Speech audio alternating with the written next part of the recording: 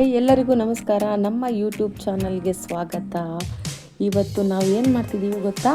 ಹೀರೆಕಾಯಿ ಮತ್ತು ಕ್ಯಾಪ್ಸಿಕಮ್ ಬಳಸಿ ಎಣ್ಗಾಯಿ ಮಾಡ್ತಾಯಿದ್ದೀವಿ. ಖಾರ ರುಬ್ಕೊಳ್ಳೋಕ್ಕೆ ತೆಂಗಿನಕಾಯಿ, ಕೊತ್ತಂಬರಿ ಸೊಪ್ಪು, ಬೆಲ್ಲ, ಶುಂಠಿ ಬೆಳ್ಳುಳ್ಳಿ, ಈರುಳ್ಳಿ, ಶೇಂಗಾ ಬೀಜ.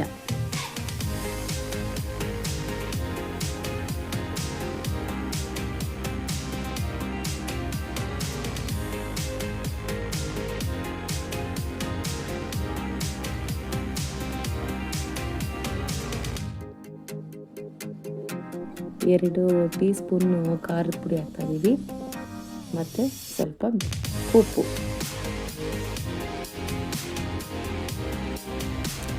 ಹುಣಸೆ ರಸ,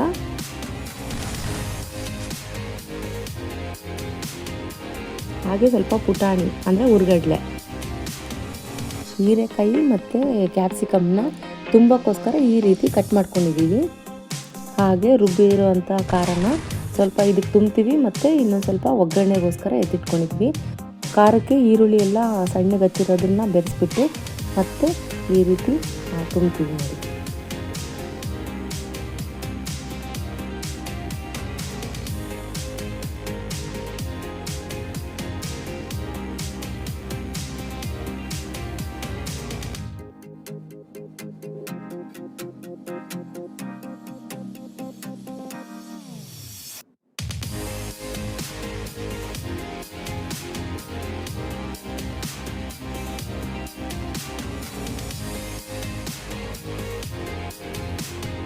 ಈಗ ಸ್ಟವ್ ಆನ್ ಮಾಡಿ ಕುಕ್ಕರ್ ಇಟ್ಟಿದ್ದೀನಿ. ಈಗ ಒಗ್ಗರಣೆ ಮಾಡ್ಕೊಳ್ಳೋಣ. ಈಗ ಎಣ್ಣೆ ಹಾಕೋಣ. ಸಾಸಿವೆ ಸಿಡಿದ ತಕ್ಷಣ ಈರುಳ್ಳಿ ಹಾಕ್ಬಿಟ್ಟು ಕೈ ಆಡಿಸ್ಬೇಕು. ಹಾಗೆ ಕರಿಬೇವು ಹಾಕಬೇಕು.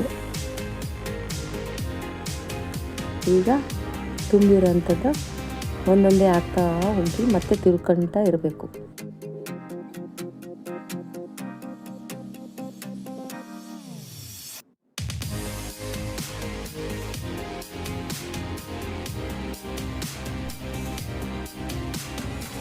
ಇದಾದಮೇಲೆ ಖಾರ ಉಳಿದಿರೋದಿರುತ್ತಲ್ವ, ಅದಕ್ಕೆ ಮತ್ತೆ ನೀರು ಹಾಕ್ಬಿಟ್ಟು ಈ ಥರ ಹಾಕಬೇಕು.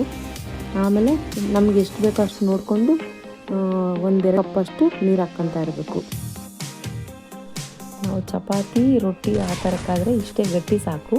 ಅಕಸ್ಮಾತ್ ಬೇಕಾದರೆ ನಮಗೆ ಅನ್ನಕ್ಕೆ ಬೇಕಪ್ಪ ಅನ್ನೋದಾದರೆ ಇನ್ನೊಂದು ಸ್ವಲ್ಪ ನೀರು ಹಾಕ್ಕೋಬೇಕು. ಉಪ್ಪು ಹಾಕ್ಬಿಟ್ಟು ಚೆನ್ನಾಗಿ ಕಲಸಿ ಮತ್ತು ಕ್ಲೋಸ್ ಮಾಡಬೇಕು ಕುಕ್ಕರ್ನ. ವಿಸಿಲ್ ಹಾಕ್ಬಿಟ್ಟು ಒಂದೇ ಕೂಗು ಸಾಕು, 1 ವಿಸಿಲ್ ಆದರೆ ಸಾಕು. ಈಗ ವಿಜಲ್ ಸಿಕ್ಕಿ ತಣ್ಣಗಾಗಿರುತ್ತೆ, ಓಪನ್ ಮಾಡೋಣ.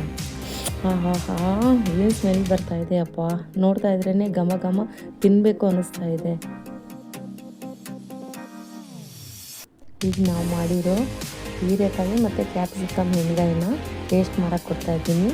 ಅದ್ರ ಜೊತೆ ಈರುಳ್ಳಿ ಹಾಕ್ಕೊಟ್ರೆ ಅಂತೂ ಇನ್ನೂ ತುಂಬ ಚೆನ್ನಾಗಿರುತ್ತೆ ತಿನ್ನೋದಕ್ಕೆ.